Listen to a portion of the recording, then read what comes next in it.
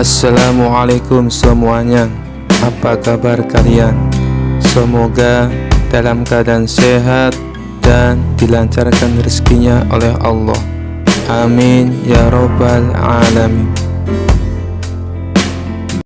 Dikisahkan suatu hari kota Baghdad kedatangan seorang tamu istimewa, seorang hafidz Quran, muda, tampan, bersorban tinggi, dan sayangnya sombong luar biasa. Sang hafidz Quran berkata, "Aku sudah menghafal 30 juz sejak usia 10 tahun. Ilmuku laksana samudera. Orang-orang sepertiku harus duduk paling depan.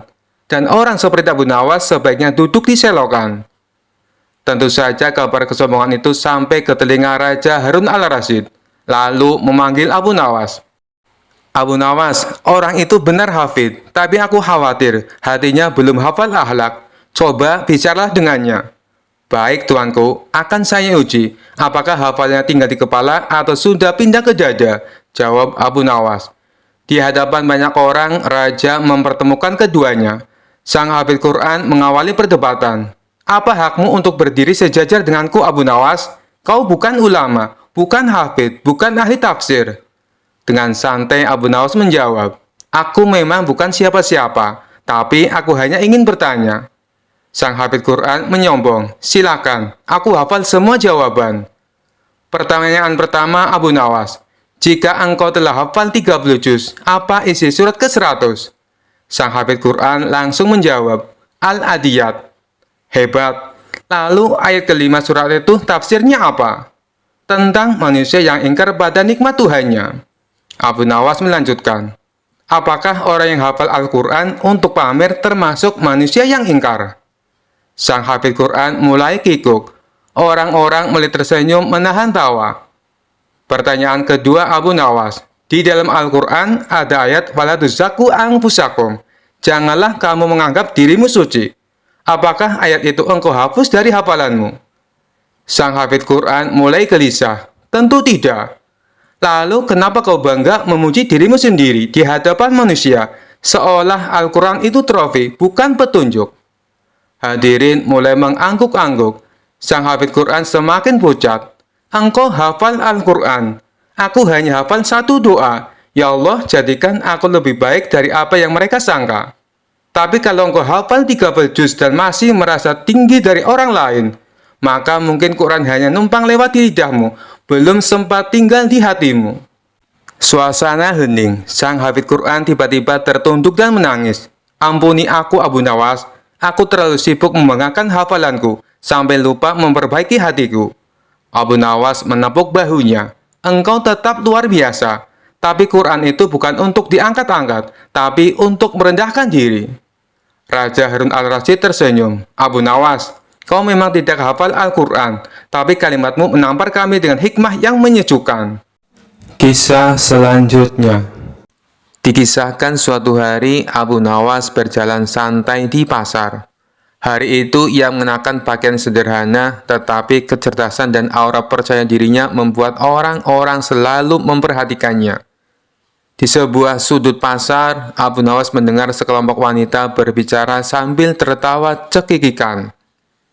"Kalau saja aku bisa bertemu pria yang cerdas dan humoris, aku pasti akan langsung jatuh cinta," kata salah satu dari mereka.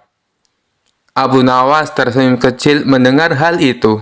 Ia pun berpikir untuk sedikit menghibur mereka dengan kecerdasannya. Abu Nawas mendekati para wanita itu dan dengan sopan berkata, "Maaf, aku mendengar pembicaraan kalian. Apa aku boleh bertanya, apakah kalian lebih suka pria yang tampan atau yang cerdas?"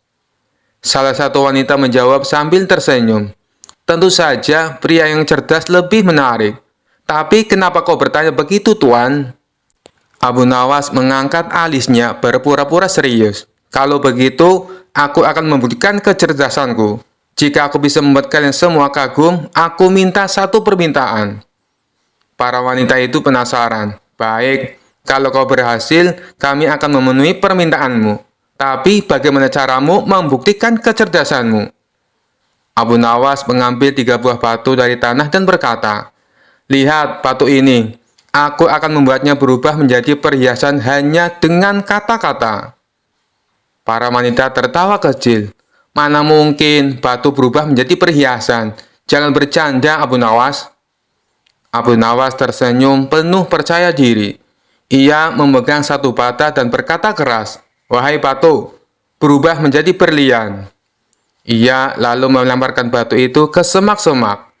Setelah beberapa detik, ia berpura-pura terkejut. "Astagfirullah, aku lupa. Mantra ini hanya berhasil jika ada seorang wanita cantik yang membantuku memungutnya." Para wanita saling berpandangan. Lalu salah satu dari mereka berkata, "Aku akan memungutnya." Wanita itu berlari ke semak-semak dan menemukan batu yang sama. Ketika ia kembali, Abu Nawas berkata, "Lihatlah, batu itu berubah menjadi berlian di matamu, karena kau adalah wanita yang cantik dan berhati mulia." Semua wanita terdiam, lalu tertawa terbahak-bahak. "Kau benar-benar cerdas, Abu Nawas, tapi kau belum membuat kami kagum sepenuhnya." Abu Nawas tersenyum, ia memegang dua batu lainnya dan berkata, "Kalau begitu, aku akan membuat kalian semua bahagia dengan cara sederhana ini. Bayangkan saja, setiap batu ini adalah hadiah kecil dariku. Apa kalian mau menerimanya?" Para wanita yang sudah terpesona oleh kecerdasan dan sikap ramahnya langsung mengangguk. "Kami mau, Abu Nawas. Kau memang pria yang berbeda dari yang lain." Dengan kecerdasannya, Abu Nawas berhasil membuat para wanita di pasar tergila-gila bukan karena wajah tampan atau kekayaan, tetapi karena kelucuan dan keunikannya. Hari itu, pasar ramai dengan cerita tentang Abu Nawas, si pria cerdas yang tahu cara mencuri hati semua orang tanpa perlu mencoba terlalu keras. Kisah selanjutnya. Abu Nawas dikenal sebagai penyair dan juga sosok jenaka yang penuh dengan kecerdasan. Sejak tinggal di Baghdad, Abu Nawas memiliki hubungan kedekatan dengan Baginda Raja Harun al-Rasyid, karena dirinya sering memberikan solusi kenegaraan bagi Baginda Raja. Akan tetapi hari itu sebuah pemandangan langka terjadi. Abu Nawas datang ke istana kerajaan tanpa mendapat undangan dari Baginda Raja terlebih dahulu. "Oh, ternyata engkau datang juga. Kebetulan, aku memang sudah kangen ingin bertemu denganmu, Abu Nawas," kata Baginda Raja tanpa basa-basi. Mendengar perkataan rajanya itu, Abu Nawas menjadi senang bukan kepalang, karena memang diketahui hubungan mereka belakangan ini sedang dekat-dekatnya. "Wahai Baginda, kali ini apa yang mesti hamba lakukan?" tanya Abu Nawas. "Tidak ada," sergah Baginda Raja. "Sebentar dulu," ujar Baginda Raja yang kemudian beranjak dari tempat duduknya. Begitu kembali, Baginda Raja sudah berganti pakaian yang sederhana layaknya rakyat biasa. "Aku ingin ke rumahmu, Abu Nawas," titah Baginda Raja. "Untuk apa Baginda ke rumah hamba?" tanya Abu Nawas heran dan kaget. Abu Nawas merasa belum memikirkan sebelumnya jika Baginda ingin ke rumahnya. Istrinya pun tidak ada di rumah. Abu Nawas berpikir siapa yang akan menyiapkan hidangan untuk Baginda Raja. "Intinya aku mau ke rumahmu," ujar Baginda dengan sedikit memaksa. Karena tidak ingin membantah perintah rajanya, akhirnya Abu Nawas mengiyakan ajakan Baginda tersebut. Tanpa ada pengawal, Baginda dan Abu Nawas berjalan kaki menuju rumah Abu Nawas, yang jaraknya tidak begitu jauh dari istana kerajaan. Sesampainya di rumah Abu Nawas, Baginda tidak menyangka jika rumah Abu Nawas sangat sederhana. Tak ada barang berharga di rumah itu. "Di mana istrimu, Abu Nawas?" tanya Baginda Raja. "Istri hamba sedang menjenguk orang tuanya, Baginda," jawab Abu Nawas. "Kebetulan saya datang ke rumahmu ingin belajar tentang kebijaksanaan hidup darimu," kata Baginda. Abu Nawas masih belum mengerti dengan maksud Baginda Raja. Ia hanya berpikir sejenak. Abu Nawas menyadari permintaan Baginda tidak mungkin bisa ditolak. Setelah berpikir, akhirnya ia mengerti bahwa kebijaksanaan hanya dapat dipelajari dengan praktek. Baginda juga tidak keberatan menemani Abu Nawas dan melihat perilakunya. Dengan demikian, malam itu Baginda tidak kembali ke istana. Baginda berencana menginap di rumah Abu Nawas. Abu Nawas lalu menggosok-gosok sebuah kayu membuat api. Api kecil itu ditiup-tiupnya hingga menyala. "Mengapa itu engkau tiup, Abu Nawas?" tanya Baginda Raja penasaran. Agar panas dan lebih besar apinya, Baginda, jawab Abu Nawas.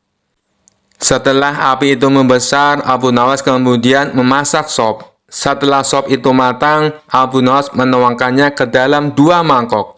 Ia mengambil mangkoknya dan meniup sop tersebut. Lalu, mengapa sop itu engkau tiup, Abu Nawas? Tanya Baginda Raja lagi. Agar lebih dingin dan enak dimakan, Baginda, jawab Abu Nawas. Aku rasa aku tidak jadi belajar darimu, katus Baginda Raja mengagetkan Abu Nawas. Engkau tidak bisa konsisten dengan pengetahuanmu, lanjut Baginda Raja diiringi senyum kecut dari Abu Nawas. Akhirnya Baginda Raja tidak jadi menginap di rumah Abu Nawas. Malam itu Baginda Raja memutuskan untuk pulang ke istana diantar Abu Nawas. Di tengah perjalanan keduanya bicara tentang berbagai hal. Ngomong-ngomong, berapa umurmu, Abu Nawas? Tanya Baginda Raja. 40 tahun, Baginda, jawab Abu Nawas. Loh, perasaan beberapa tahun yang lalu engkau menyebut angka yang sama, tanya Baginda Raja kembali. Hamba konsisten, Baginda, jawab Abu Nawas dengan sedikit tersenyum. Karena jawaban tersebut, Baginda akhirnya mengakui bahwa Abu Nawas memiliki kecerdasan. Begitu juga akhirnya Baginda sadar telah belajar hidup bijaksana kepada Abu Nawas. Kisah selanjutnya. Suatu hari, Raja kembali memanggil Abu Nawas ke istana untuk memberi perintah aneh lagi. Raja yang terkenal suka menguji kecerdikan Abu Nawas tersenyum licik dan berkata, Abu Nawas, kali ini aku punya tugas sangat penting untukmu. Abu Nawas sudah mencium gelagat tak biasa, menjawab dengan hati-hati. Apa tugasnya, tuanku? Raja dengan suara lantang berkata, Aku ingin kau pergi dan mencari ujung bumi.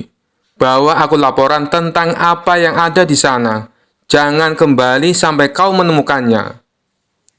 Abu Nawas yang tahu bahwa perintah ini jelas-jelas mustahil, pura-pura terkejut. Tapi seperti biasa, ia segera berpikir cepat. Dengan wajah serius, Abu Nawas menjawab, Baik, tuanku. Hamba akan mencari ujung bumi, tapi hamba butuh beberapa persiapan. Raja mengangkat alis penasaran. Apa yang kau butuhkan kali ini, Abu Nawas? Abu Nawas dengan tenang menjawab, Karena perjalanan ini sangat jauh dan berbahaya, hamba butuh bekal yang cukup besar. Sekitar 100 unta penuh dengan makanan, minuman, dan persediaan lainnya. Selain itu, hamba juga butuh pasukan kecil untuk melindungi hamba dari bahaya selama perjalanan. Raja berpikir sejenak lalu setuju. Baiklah, aku akan berikan semua yang kau minta. Tapi ingat, jangan kembali sebelum kau menemukan ujung bumi. Abu Nawas tersenyum dan berjanji akan melakukan tugasnya dengan baik. Lalu ia segera memulai perjalanannya dengan 100 unta penuh bekal dan pasukan kecil yang menyertainya. Selama beberapa minggu, Abu Nawas dan rombongannya berkeliling kota, berpura-pura sedang dalam perjalanan jauh. Setiap hari, ia dan pasukannya beristirahat, makan enak, dan menikmati hidup. Sementara orang-orang di kota berpikir Abu Nawas sedang melakukan perjalanan untuk mencari ujung bumi. Setelah beberapa waktu, Abu Nawas merasa cukup. Ia lalu memerintahkan pasukannya untuk kembali ke istana. Saat tiba di depan raja, Abu Nawas melaporkan dengan penuh kepercayaan diri. Tuanku, hamba telah pergi mencari ujung bumi, dan hamba punya kabar penting. Raja yang sangat penasaran bertanya, Apa yang kau temukan, Abu Nawas? Apakah kau menemukan ujung bumi? Abu Nawas mengangguk serius dan menjawab, Benar, tuanku, hamba telah menemukannya. Ternyata ujung bumi itu adalah tempat di mana langit dan bumi bertemu, tepat di pintu gerbang istana ini. Raja tercengang mendengar jawaban itu. Apa maksudmu, Abu Nawas? Dengan cerdik, Abu Nawas menjelaskan, Setelah perjalanan jauh, hamba menyadari bahwa setiap kali kita berjalan lebih jauh, bumi tampaknya tak berujung. Tapi ketika hamba kembali ke istana ini, hamba menyadari bahwa semua perjalanan berakhir di sini, tempat di mana tuanku berkuasa. inilah ujung bumi, karena di sini segala sesuatu bermula dan berakhir. Raja terdiam sejenak, berpikir keras. Ia tahu Abu Nawas sedang bermain-main dengan logika, tapi jawaban itu sangat masuk akal dan filosofis. Akhirnya Raja tertawa terbahak-bahak dan berkata, "Abu Nawas, kau memang tak pernah gagal membuatku kagum. Kau telah melaksanakan tugasmu dengan baik. Ujung bumi memang berada di sini, di bawah kekuasaanku." Semua orang istana ikut tertawa, sementara Abu Nawas tersenyum puas. Sekali lagi ia berhasil keluar dari tugas mustahil dengan cara yang cerdik dan kocak, membuat raja tak bisa berkata apa-apa selain tertawa. Kisah selanjutnya. Dikisahkan suatu hari Abu Nawas sedang duduk santai di bawah pohon besar di tepi sungai. Angin semilir membuatnya hampir terlelap. Namun tiba-tiba muncul suara dari balik semak-semak. "Abu Nawas, wahai manusia cerdas." Suara itu terdengar serak tapi penuh daya tarik. Abu Nawas membuka matanya perlahan. "Siapa yang memanggilku?" Dari balik semak keluarlah sosok dengan tanduk kecil di kepala dan senyum licik. Itu adalah setan. Tapi setan ini terlihat berbeda. Rambutnya tersisir rapi, memakai jubah mewah dan membawa tongkat kayu ukir. "Aku adalah setan yang sedang bertobat," katanya dengan suara dramatis. Abu Nawas mengerutkan dahi. "Setan bertobat? Jangan bercanda. Apa yang kau inginkan dariku?" Setan itu duduk di samping Abu Nawas dengan gaya sok akrab. "Begini Abu Nawas, aku sudah bosan menyesatkan manusia. Aku ingin hidup damai, tapi aku butuh bantuanmu untuk memahami bagaimana manusia bisa hidup bahagia tanpa tergoda." Abu Nawas tertawa kecil. "Hidup bahagia tanpa tergoda? Kau bertanya pada orang yang sering tergoda makanan gratis." Setan tersenyum lebar. "Tepat sekali, itu sebabnya aku memilihmu. Tapi sebelum aku benar-benar bertobat, aku ingin menunjukkan sesuatu yang mungkin membuatmu tergoda. Apakah kau sanggup menolaknya?" "Baiklah," kata Abu Nawas sambil bersandar. "Coba kau tunjukkan." Setan mengibaskan tongkatnya, dan tiba-tiba di hadapan Abu Nawas muncul peti harta karun penuh emas dan permata.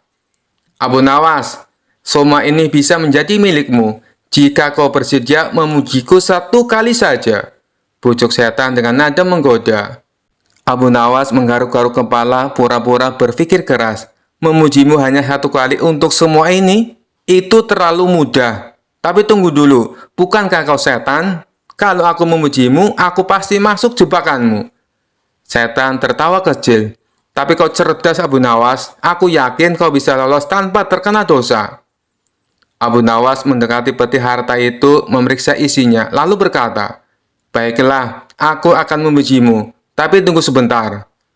Abu Nawas mengambil sandal bututnya, memukulkan ke tanah 3 kali, lalu berteriak, "Wahai pasir, wahai debu, terima kasih karena telah mengizinkanku memandang harta ini tanpa memilikinya." Setan melongo. "Hai, aku yang menunjukkan harta ini. Kenapa kau malah memuji pasir dan debu?" Abu Nawas tertawa terbahak-bahak. "Kau hanya menunjukkan ilusi, wahai setan. Tapi pasir dan debu inilah yang nyata, menopang langkahku setiap hari." Setan merasa malu telah dipermainkan. "Abu Nawas, kau benar-benar licik. Tidak heran banyak manusia yang mengagumimu." Abu Nawas tersenyum sambil mengusir setan itu dengan tongkat kayu. "Pergilah wahai setan, jangan coba-coba menggoda orang yang sudah tahu trikmu." Setan pun lari terbirit-birit. Abu Nawas kembali bersandar di bawah pohon sambil tertawa kecil. Setan pun harus belajar, tidak semua manusia bisa dibodohi. Malam itu Abu Nawas tidur nyenyak, puas telah mengalahkan rayuan setan tanpa kehilangan akal sehatnya. Kisah selanjutnya. Dikisahkan suatu hari yang cerah di kota Baghdad, Raja Harun al-Rasyid sedang duduk di istananya, merasa penasaran tentang berbagai hal. Salah satu hal yang membuatnya penasaran adalah thariqat, jalan spiritual dalam Islam. Dia memutuskan untuk memanggil Abu Nawas untuk membahas hal ini. Ketika Abu Nawas tiba di istana, Raja Harun al-Rasyid langsung bertanya, "Abu Nawas, aku ingin tahu lebih banyak tentang thariqat. Apa itu sebenarnya dan bagaimana cara kita mengikutinya?" Abu Nawas tersenyum dan berkata, "Wahai Baginda, Thariqat adalah jalan spiritual yang menuntun kita mendekatkan diri kepada Allah. Namun, izinkan saya menjelaskan dengan cara yang lebih sedikit berbeda." Raja dan seluruh hadirin tertarik dan mendekat untuk mendengarkan penjelasan Abu Nawas. Abu Nawas memulai ceritanya. "Suatu hari, saya bermimpi bertemu dengan seorang sufi yang sangat bijaksana di sebuah taman yang indah. Sufi itu berkata, 'Abu Nawas, tahukah kamu apa itu thariqat?'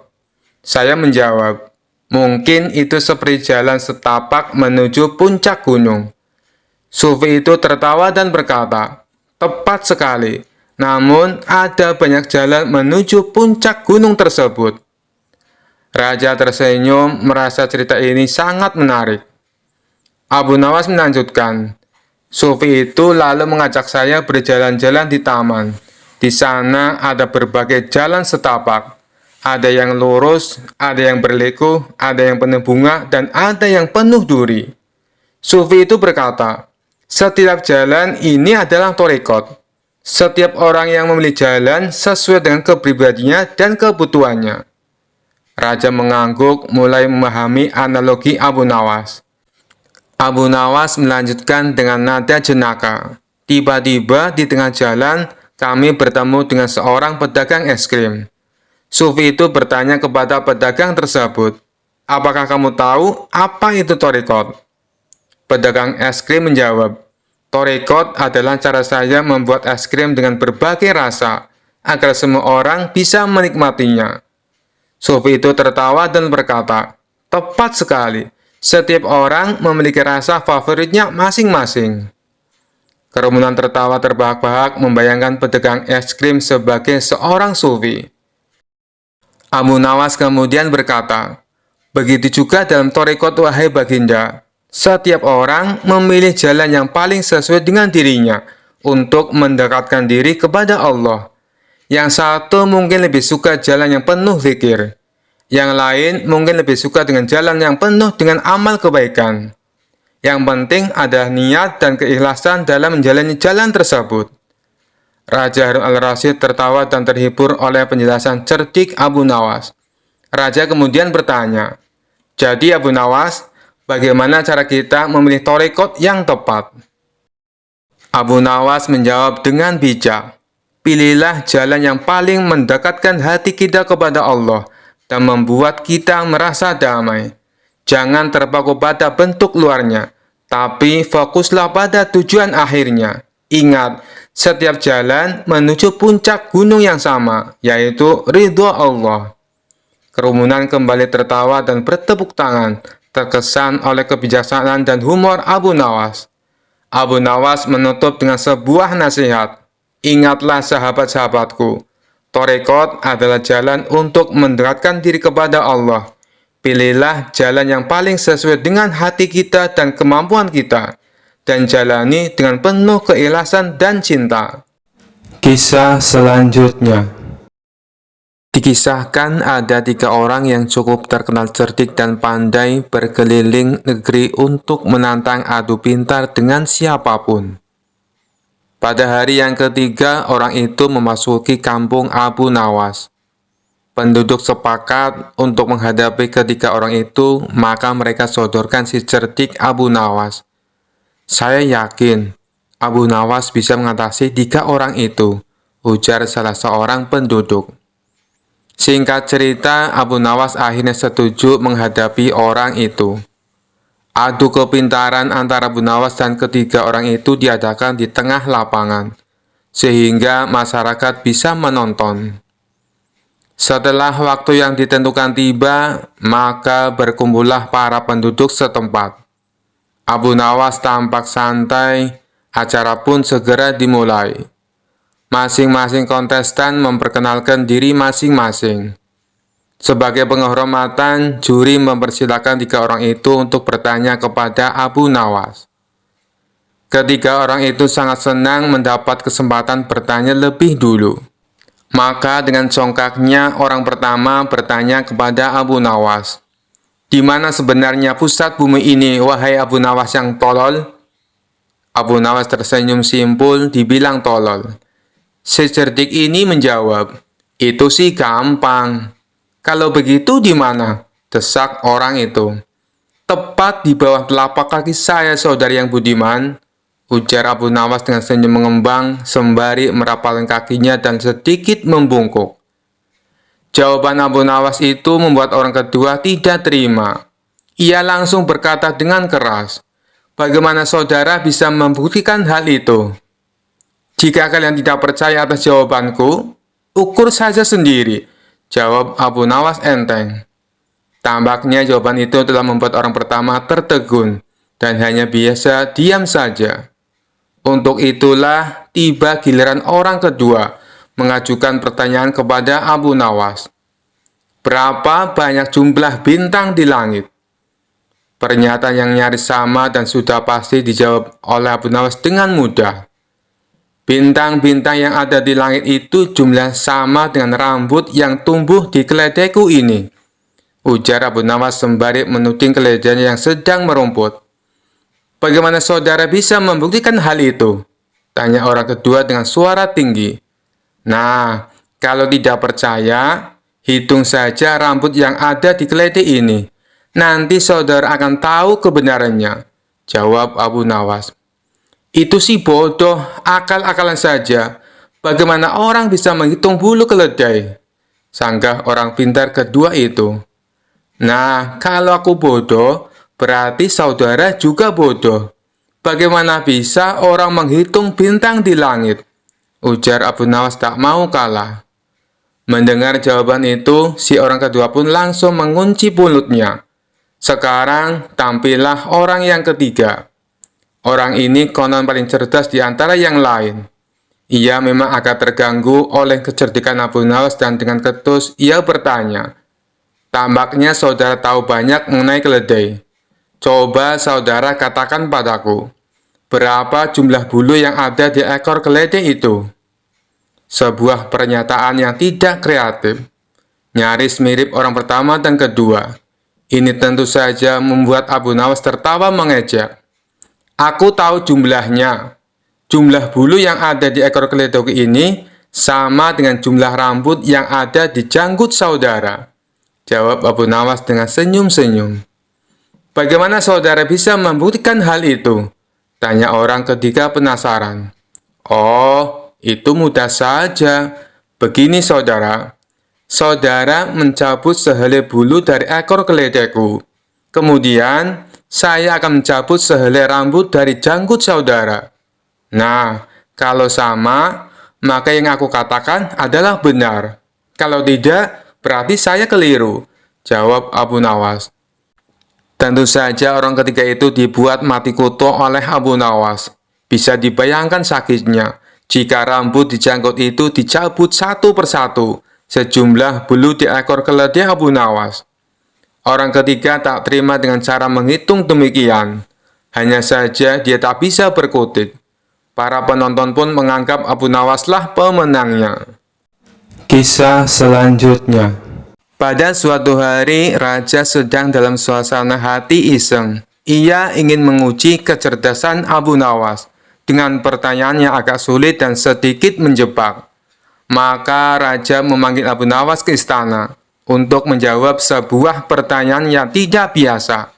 "Abu Nawas," kata raja dengan nada serius, "aku ingin bertanya kepadamu tentang satu hal yang mungkin sulit dijawab. Apa hukum menonton video bokep?" Mendengar pertanyaan itu, Abu Nawas tetap tenang. Meski dalam hatinya ia agak kaget dengan topik yang diajukan oleh raja. Tapi karena sudah terbiasa menghadapi pertanyaan aneh dari raja, Abu Nawas pun memutar otaknya untuk menjawab dengan cara yang cerdas, lucu, dan tidak menyinggung siapapun. Setelah berpikir sejenak, Abu Nawas tersenyum dan menjawab, "Tuanku, izinkan hamba menjawab pertanyaan ini dengan satu perumpamaan sederhana. Menonton video bokep itu ibarat menonton makanan enak di televisi." Raja yang mendengar jawaban itu terkejut dan kebingungan. "Apa maksudmu, Abu Nawas? Jelaskan." Abu Nawas pun melanjutkan dengan penuh percaya diri. "Begini tuanku, Saat kita menonton makanan enak di televisi, kita bisa melihat makanan itu dengan jelas, bisa menggugah selera, dan bahkan membuat kita lapar. Tapi apa yang terjadi setelah itu? Kita tidak bisa mencicipi atau merasakan makanan itu, hanya bisa melihatnya saja. Akhirnya, kita merasa lebih lapar dan gelisah. Raja mengangguk mulai mengikuti logika Abu Nawas. Lalu tuanku, lanjut Abu Nawas, sama seperti menonton video bokep. Orang bisa melihat sesuatu yang menggugah, tapi pada akhirnya yang didapat hanya kebingungan, kegelisahan, dan penyesalan. Tak ada kebaikan yang didapat, dan hanya membuang-buang waktu. Bukankah begitu, tuanku? Raja tertawa mendengar jawaban Abu Nawas yang cerdas dan mengena. Ia kagum dengan cara Abu Nawas menjelaskan sesuatu yang rumit dengan perumpamaan sederhana, tapi penuh makna. Abu Nawas melanjutkan dengan nada bercanda. Lagi pula tuanku, bukankah lebih baik kita makan makanan sungguhan daripada hanya menontonnya di televisi? Dan lebih baik kita mencari kebahagiaan sejati daripada membuang waktu pada hal-hal yang hanya sementara. Raja tertawa terbahak-bahak dan berkata, Abu Nawas, sekali lagi kau berhasil menjawab pertanyaan sulit dengan cara yang lucu dan bijak. Aku benar-benar terhibur dan kagum pada kecerdikanmu. Dan dengan itu, Abu Nawas berhasil menghindari jebakan pertanyaan sulit dari Raja dengan kecerdasannya yang luar biasa, sambil memberikan pelajaran berharga tentang pentingnya menjauhi hal-hal yang tidak bermanfaat. Kisah selanjutnya. Ada saja permintaan Baginda Raja. Tujuannya sih bagus, ingin membuat rakyatnya bahagia. Tapi kalau caranya tidak masuk akal, tentu hal ini akan membuat pusing orang yang disuruhnya. Siapa lagi kalau bukan Abu Nawas? Suatu hari sang raja mengadakan sayembara menangkap matahari. Hal ini didasari oleh keluhan masyarakatnya yang merasakan betapa panas teriknya matahari kala itu. Hingga memasuki waktu yang ditentukan, tak ada seorang pun yang menyatakan kesanggupannya menangkap matahari. Sang raja pun lalu langsung menunjuk si cerdik Abu Nawas untuk menangani hal ini. Cepat panggil Abu Nawas kemari. Ada tugas penting yang harus dia lakukan. Perintah Baginda Raja kepada beberapa pengawalnya. Singkat cerita, datanglah Abu Nawas menghadap Baginda Raja. Ampun Paduka yang mulia, ada gerangan apa Paduka memanggil hamba? Tanya Abu Nawas. Begini Abu Nawas, beberapa hari ini saya mendapatkan banyak pengaduan dari rakyatku, jawab Baginda Raja. Kalau boleh tahu, apa pengaduan mereka Paduka yang mulia? Barangkali hamba bisa membantu Paduka, balas Abu Nawas. Akhir-akhir ini mereka mengeluh dengan panasnya terik matahari. Katanya panas kali ini tidak seperti biasanya. Hal inilah yang membuat mereka tidak kuat berlama-lama bekerja di ladang, tutur Baginda Raja. Lalu menurut Paduka sendiri, apa solusinya? Tanya Abu Nawas. Saya ada ide. Bagaimana kalau matahari ditangkap saja Abu Nawas? Dan orang yang pantas untuk melakukan pekerjaan itu adalah kamu, ujar Baginda Raja. Mendengar perintah Baginda Raja, Abu Nawas langsung tertunduk lemas. Apa tidak ada cara yang lain Paduka? Misalnya mereka diliburkan dulu bekerja di ladang, kata Abu Nawas mengusulkan. Tidak bisa Abu Nawas, kalau mereka libur berladang, lalu mereka mau makan apa? Jalan satu-satunya matahari harus ditangkap, balas Baginda Raja. Abu Nawas hanya terdiam. Dalam hati ia berkata, bagaimana mungkin matahari bisa ditangkap? Pekerjaan yang mustahil dilakukan. Namun karena ini adalah titah Baginda Raja, mau tidak mau Abu Nawas harus menerimanya. Sekarang kamu pulang dulu Abu Nawas, dan besok kamu harus kembali ke sini untuk menangkap matahari. Kalau kamu tidak bisa melakukannya, kamu akan menerima hukuman, titah Baginda Raja. Tibanya di rumah, Abu Nawas terus memikirkan cara supaya ia bisa lepas dari hukuman. Ia terus memutar otaknya hingga tengah malam. Lebih baik aku sholat isya dulu, nanti aku malah ketiduran, pikir Abu Nawas. Ia pun lalu menuju kolam untuk mengambil air wudhu. Saat ia hendak mengambil air, bayangan dirinya ada dalam air tersebut. Disitulah akhirnya Abu Nawas mendapatkan ide. Aku menemukan jalan keluarnya, ucap Abu Nawas kegirangan. Esok paginya dengan wajah ceria, Abu Nawas pergi ke istana menghadap Baginda Raja. Hei Abu Nawas, apakah kamu sudah siap menangkap matahari? Tanya Baginda Raja. Saya sudah siap Paduka, tapi saya minta disediakan peralatan untuk menangkapnya, jawab Abu Nawas. Apa yang kau butuhkan? Katakan padaku, balas Baginda Raja. Saya minta ember yang berisi air dan juga kantong besar yang tidak bocor, pinta Abu Nawas. Setelah peralatan dipersiapkan, Abu Nawas mengajak salah satu menteri ke tengah lapangan. Kamu lihatkan matahari itu? Kata Abu Nawas sambil menunjuk bayangan matahari yang berada di dalam ember berisi air. Sekarang akan aku masukkan ke dalam kantong ini, ucap Abu Nawas sambil memasukkan air yang berada di dalam ember. Sang menteri lantas menghadap pada sang raja untuk mengkonfirmasi kebenaran pekerjaan yang sudah dilakukan oleh Abu Nawas. Sang raja tentu belum percaya, sebab panas matahari masih terasa menyengat. Baiklah, sekarang perintahkan pada Abu Nawas untuk membungkus matahari itu dan bawakan kepadaku, titah Baginda Raja pada menteri yang menghadapnya. Abu Nawas lalu menghampiri Baginda Raja dengan membawa kantong berisi air. Paduka yang mulia, mataharinya sudah aku bungkus dalam kantong ini, tutur Abu Nawas.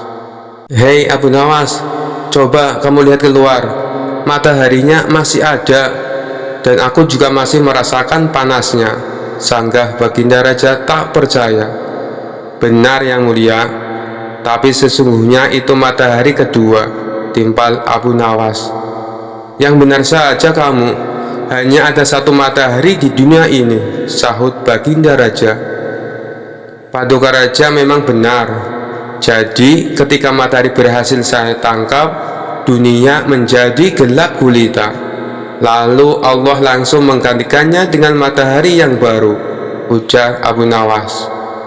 Baginda Raja kemudian memastikan apakah isi kantong besar tersebut berisi matahari atau bukan. Ia pun membuka kantong tersebut. Ternyata isinya hanya air. Mana mataharinya Abu Nawas? Kamu jangan mengerjai saya, hardik Baginda Raja. Paduka, membukanya jangan di dalam ruangan, karena matahari paling tidak suka dengan ruangan tertutup. Pasti dia tidak akan menampakkan dirinya, jawab Abu Nawas beralasan. Maksudnya bagaimana Abu Nawas? Tanya Baginda Raja. Matahari hanya mau menampakkan dirinya kalau dia melihat ada saudaranya di atas, ujar Abu Nawas. Lalu Abu Nawas mengajak Baginda Raja ke tengah lapangan dengan membawa kantong yang berisi air. Nih, saya buka kantongnya Baginda. Tuh kan ada mataharinya, tutur Abu Nawas sambil menunjukkan kepada Baginda Raja. Baginda Raja hanya bisa geleng-geleng kepala dengan kecerdikan Abu Nawas. Kisah selanjutnya. Suatu saat Abu Nawas menjahili Baginda Raja. Namun kali ini usianya bisa dikatakan kelewat batas, sebab Baginda Raja hampir saja kehilangan nyawanya. Akibatnya Baginda Raja menjadi sangat murka dengan ulah Abu Nawas. Sebenarnya perbuatan Abu Nawas semata-mata hanya ingin membalas atas perlakuan Baginda Raja kepada dirinya. Pasalnya bukan sekali dua kali saja Abu Nawas juga beberapa kali hampir celaka karena perbuatan usil dari Baginda Raja. Saat ini Baginda Raja diselimuti amarah yang sangat memuncak. "Cari Abu Nawas, tangkap dan bawa ke sini," perintahnya. Beberapa pengawal kerajaan langsung berangkat menuju rumah Abu Nawas. Sesampainya di sana, mereka menangkap Abu Nawas dengan kasar. "Apa-apaan ini? Apa salahku?" tanya Abu Nawas ketakutan. "Kami diperintah Baginda Raja untuk menangkapmu. Kalau kamu menolak, kami tetap akan membawamu dengan cara paksa," jawab para pengawal. Abu Nawas pun hanya bisa pasrah. Ia kemudian digiring ke istana dan dihadapkan kepada Baginda Raja. "Ampun Paduka yang mulia, kenapa hamba diperlakukan kasar begini?" tanya Abu Nawas. "Kamu jangan pura-pura tidak tahu. Kamu telah membuat aku murka. Perbuatan usilmu kemarin hampir saja membuatku mati. Kamu keterlaluan dan sangat kurang ajar," jawab Baginda Raja penuh emosi. "Maafkan hamba Paduka yang mulia, hamba khilaf," ucap Abu Nawas. "Saat ini sudah tidak ada maaf bagimu. Kamu harus dihukum mati," bentak Baginda Raja. "Lalu dengan cara apa hamba dihukum mati Paduka? Dipancung atau digantung?" tanya Abu Nawas. Bukan dengan cara seperti itu. Karena hukuman seperti itu hanya jadi bahan lelucon bagimu," balas Baginda Raja bertambah emosi. Abu Nawas menangkap keseriusan pada diri Baginda Raja. "Sepertinya Paduka tidak main-main.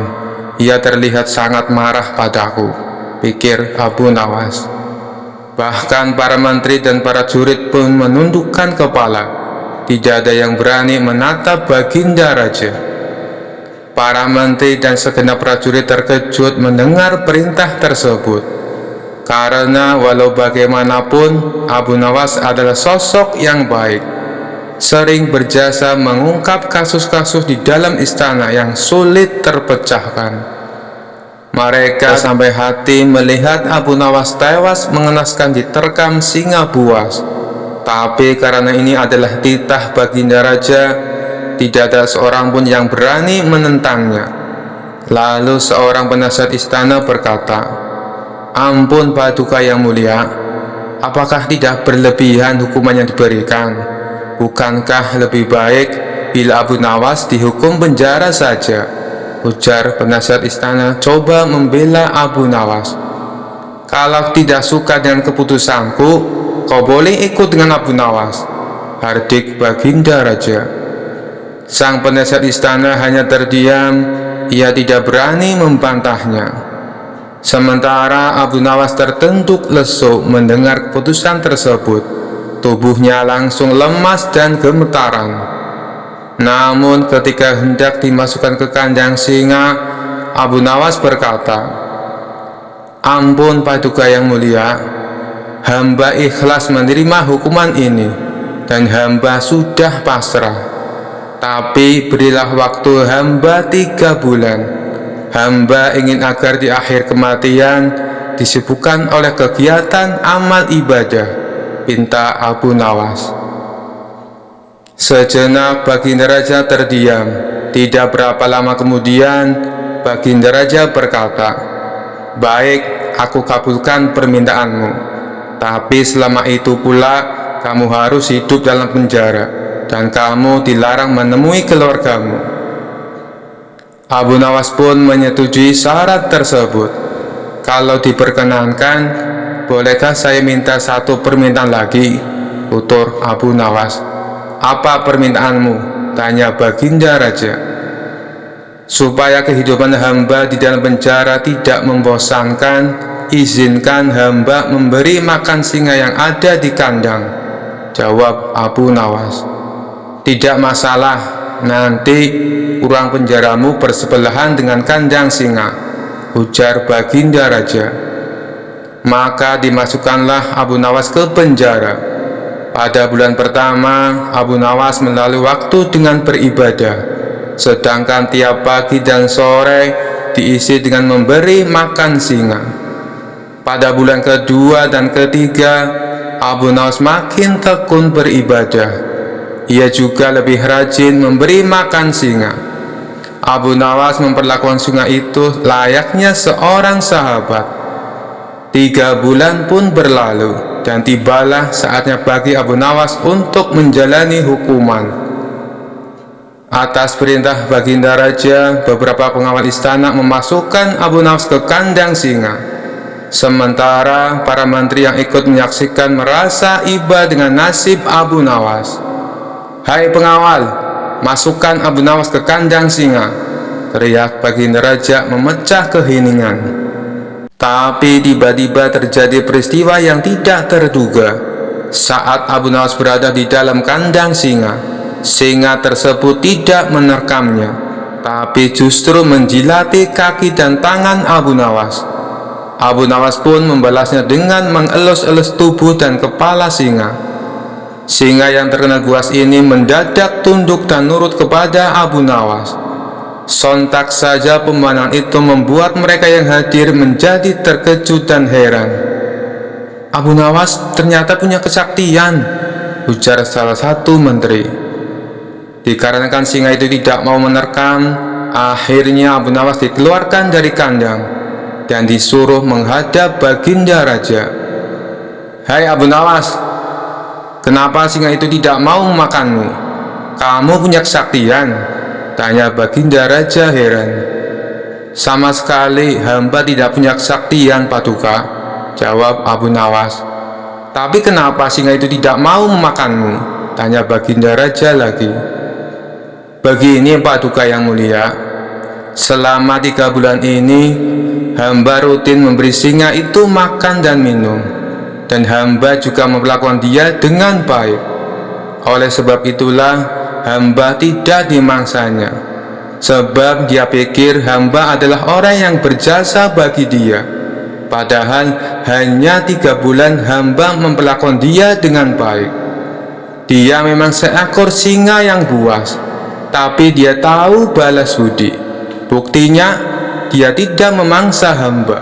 Sedangkan Paduka sendiri, bertahun-tahun hamba mengabdi kepada Paduka dan berjasa bagi istana ini. Tapi hanya karena satu kesalahan, Paduka begitu tega menjatuhkan hukuman mati kepada hamba," tutur Abu Nawas menjelaskan. Mendengar hal itu, Baginda Raja pun menyadari akan kesalahannya. "Maafkan aku Abu Nawas, aku telah berbuat khilaf. Baiklah, sekarang kamu boleh pulang, dan ini ada hadiah uang untukmu dan keluargamu. Terimalah sebagai rasa terima kasihku karena telah menyadarkanku," ujar Baginda Raja. Kisah selanjutnya. Diceritakan ada seorang musafir datang ke istana menemui Baginda Raja. Ia mengaku punya sebuah teka-teki yang tidak pernah terpecahkan oleh siapapun. Baginda Raja yang memang suka dengan permainan tersebut meminta si musafir untuk menunjukkan teka-tekinya. "Apakah teka-tekimu berupa pertanyaan?" tanya Baginda Raja.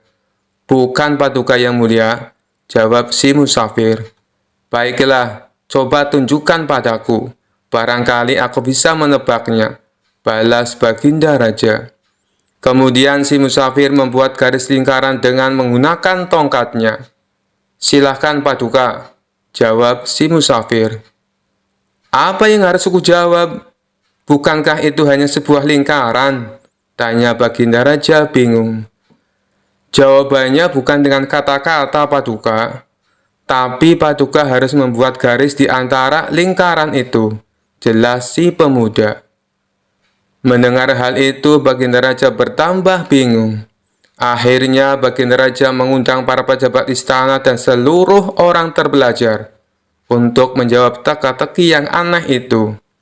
Akan tetapi, mereka semua tidak ada yang bisa menebaknya. Jangankan untuk menebak, untuk memahami maksud teka-tekinya saja, mereka sama sekali tidak tahu. Hal ini membuat baginda raja menjadi marah.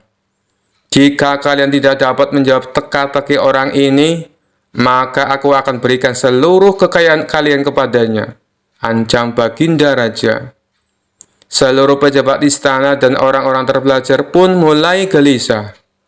Lalu mereka meminta waktu 24 jam untuk memahami teka-teki tersebut. Baginda raja pun menyetujui permintaan mereka. Namun setelah sehari berlalu, mereka masih saja belum menemukan solusinya. Bagaimana? Apakah kalian sudah mendapatkan jawabannya? Tanya baginda raja. Ampun Paduka yang mulia, kami sangat bingung. Jangankan untuk menjawab teka-tekinya, memahami maksudnya saja kami tidak tahu.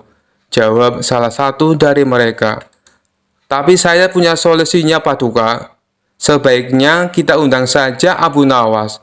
Saya kira tidak ada seorang pun kecuali dia yang dapat memberikan jawaban dengan tepat untuk teka-teki seperti ini, kata mereka melanjutkan. Baiklah, sekarang kalian cari Abu Nawas dan bawa dia ke sini, perintah baginda raja. Maka mereka pun pergi ke rumah Abu Nawas untuk meminta pertolongan. Di depan Abu Nawas, para pejabat istana ini mengadukan permasalahan yang dihadapinya.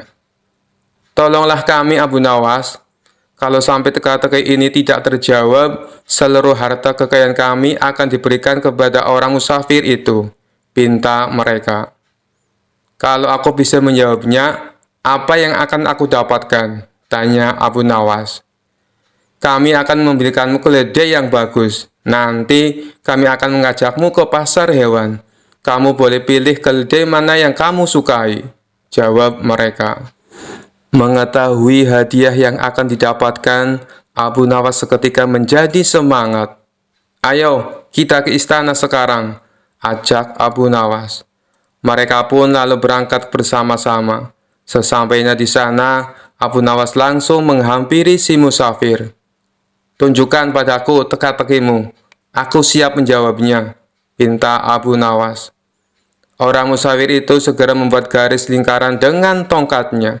Kemudian menatap Abu Nawas. Tanpa ragu-ragu, Abu Nawas menarik sebuah garis di tengah-tengah lingkaran dan membelahnya menjadi dua. Lalu si musafir membuat garis lingkaran lainnya. Kali ini, Abu Nawas menjawabnya dengan membuat garis dan membelahnya menjadi 4 bagian sama rata. Kemudian Abu Nawas berkata kepada si musafir sambil menunjukkan satu bagian. Satu bagian ini adalah tanah, dan 3 bagian lainnya adalah air. Mendengar perkataan tersebut, musafir itu tahu bahwa Abu Nawas memahami maksudnya. Ia pun memuji kecerdasan Abu Nawas di hadapan baginda raja dan para menteri di istana. Akan tetapi, tidak berhenti sampai di situ. Si musafir meletakkan punggung tangannya di atas lantai, dengan jari-jarinya menunjuk ke arah langit. Abu Nawas pun melakukan sebaliknya. Ia meletakkan jari-jarinya ke tanah dan punggung tangannya di atas. Untuk kedua kalinya si musafir memuji Abu Nawas. Lalu ia berkata kepada baginda raja, Paduka raja harusnya bangga memiliki orang pandai seperti dia. Baginda raja menjawab, aku sungguh bingung dan tidak tahu maksudnya dengan teka-teki yang kau berikan dan jawaban yang Abu Nawas berikan. Kemudian si musafir menjelaskan, begini Paduka yang mulia, aku menggambar sebuah lingkaran. Maksudku adalah menunjukkan bahwa bumi adalah bulat. Abu Nawas lalu menjawabnya dengan membelah garis lingkaran itu menjadi 2 bagian. Dia hendak menunjukkan padaku bahwa dia juga percaya bahwa bumi itu memang bulat. Makanya dia membelahnya menjadi 2 bagian untuk menunjukkan arah utara dan selatan. Dan garis lingkaran yang aku buat kedua kalinya, Abu Nawas lalu membelahnya menjadi 4 bagian. Dia juga mengatakan padaku, 1 bagian adalah tanah, dan 3 bagiannya adalah air. Apa yang dikatakan Abu Nawas adalah benar. Dan sewaktu saya meletakkan punggung tangan di atas lantai dengan jari-jarinya menunjukkan arah langit, maksudku adalah untuk menunjukkan pertanyaan tentang tanaman yang tumbuh dan bagaimana tanaman itu bisa tumbuh. Lalu dijawab oleh Abu Nawas, dia meletakkan jari-jarinya menghadap ke bawah lantai dengan punggung tangannya di atas. Maksudnya adalah dia ingin menunjukkan bahwa jawabannya adalah hujan dan sinar matahari. Setelah mendengar penjelasan tersebut, Baginda Raja tak habis pikir. Seumur-umur aku baru tahu teka-teki itu. Ini sangat membingungkan tapi penuh makna dan sama sekali tak terpikirkan olehku. Hanya orang-orang tertentu saja yang bisa menjawabnya, ujar Baginda Raja. Oleh karena itulah, Paduka semestinya bangga. Di negeri Paduka ada orang cerdas seperti Abu Nawas, timpal si musafir. Karena salut dengan kecerdasan Abu Nawas, Baginda Raja memberinya hadiah berupa pundi-pundi uang.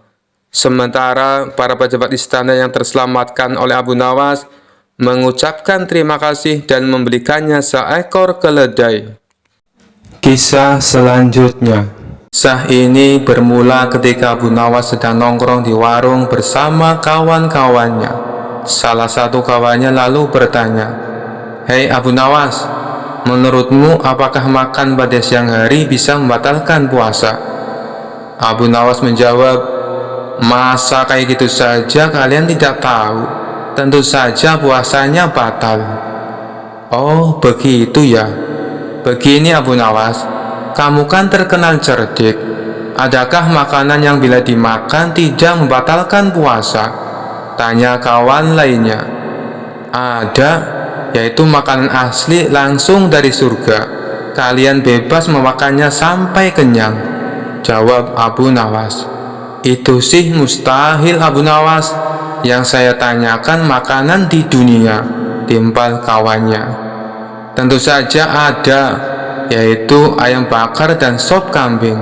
Tapi ada syaratnya, kalian memakannya saat dalam mimpi," balas Abu Nawas. Seketika mereka semua tertawa terpingkal-pingkal.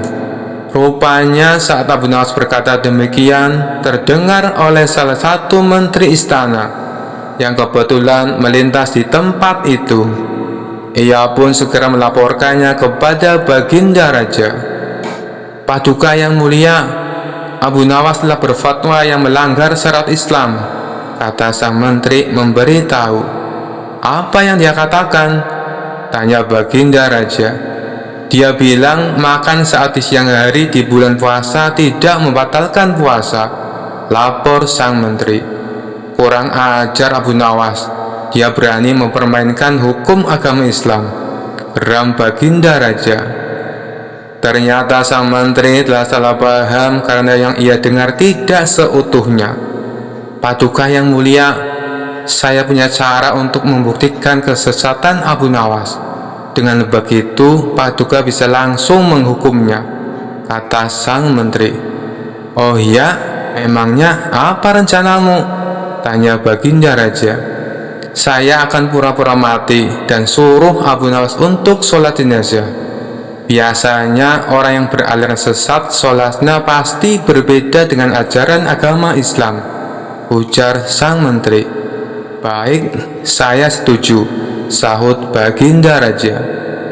Pada keesokan harinya, rencana pun disusun dengan matang. Lalu dipanggillah Abu Nawas ke istana. Beberapa pengawal istana lalu mendatangi rumahnya. "Tuan Abu, Anda diperintah datang ke istana," kata salah satu pengawal. "Ada kepentingan apa?" tanya Abu Nawas. "Tuan Menteri meninggal dunia dan Tuan Abu disuruh datang untuk melayat," jawab si pengawal. "Meninggal dunia? Kalau tidak salah, kemarin saya lihat dia melintas di depan warung. Saat itu saya sedang ngobrol dengan kawan-kawanku, jadi saya tidak terlalu menghiraukannya. Ajal manusia memang tidak ada yang tahu," ujar Abu Nawas. "Benar Tuan Abu, saya sendiri juga heran. Padahal kemarin saya lihat dia melaporkan Tuan Abu kepada Baginda Raja karena dianggap beraliran sesat. Tapi sehari setelahnya, dia ternyata meninggal dunia, timpal si pengawal. Sesat? Sesat bagaimana maksudnya? Tanya Abu Nawas terkejut. Tuan Menteri bilang kalau Tuan Abu menghalalkan makan di siang hari saat bulan puasa, kata si pengawal memberitahu. Ya sudahlah, orangnya juga sudah mati. Ayo kita ke sana sekarang, ajak Abu Nawas. Singkat cerita, sampailah Abu Nawas ke istana. Ketika ia memasuki aula kerajaan, terlihat sosok jenazah di dalam keranda. Tapi yang membuat Abu Nawas curiga, kenapa kerabat keluarga sang menteri tidak ada yang hadir, terutama istri dan anak-anaknya. Kemudian Baginda Raja menyuruh Abu Nawas untuk segera menyolati jenazah sang menteri. Mari Paduka, kita sholat bersama-sama, ajak Abu Nawas. Kamu saja, aku sudah mensolatinya, tolak Baginda Raja. Ini tidak seperti biasanya, padahal setiap kali ada pejabat istana yang meninggal dunia, Baginda Raja pasti sholat jenazah bersamaku, kata Abu Nawas dalam hati. Hal ini membuatnya semakin bertambah curiga. Pasti ada sesuatu yang tidak beres, pikir Abu Nawas. Akhirnya Abu Nawas pun sholat jenazah sendirian. Dan tiba-tiba saat ia sholat jenazah, Abu Nawas menambahkan ruku dan sujud. Setelah selesai menjalani sholat jenazah, Baginda Raja pun kemudian berkata, "Hei Abu Nawas, kenapa kau menambah ruku dan sujud? Itu menyalahi aturan agama." Dengan entengnya Abu Nawas membalas, "Saya tahu Paduka, tapi dosa menteri ini sangat banyak. Dosanya tidak akan terampuni kalau cara sholat jenazahnya biasa saja. Coba Paduka Raja pikirkan, dia telah memfitnah saya beraliran sesat, padahal dia tidak mendengarnya secara utuh." Kemudian Abu Nawas menjelaskan duduk permasalahan yang sebenarnya. Mendengar hal itu, Tuan Menteri yang berpura-pura mati langsung bangkit berdiri. "Kurang ajar kau Abu Nawas, justru kamu yang dosanya sangat banyak," bentak Tuan Menteri tak terima. "Lihatlah Paduka, jenazahnya hidup kembali," teriak Abu Nawas sambil berlari berpura-pura ketakutan. Sementara Baginda Raja spontan tertawa terpingkal-pingkal dengan ulah Abu Nawas ini. Sekian dulu perjumpaan kita kali ini. Sampai bertemu lagi di kisah-kisah selanjutnya. Terima kasih yang sudah subscribe dan setia menonton channel ini. Wassalamualaikum warahmatullahi wabarakatuh.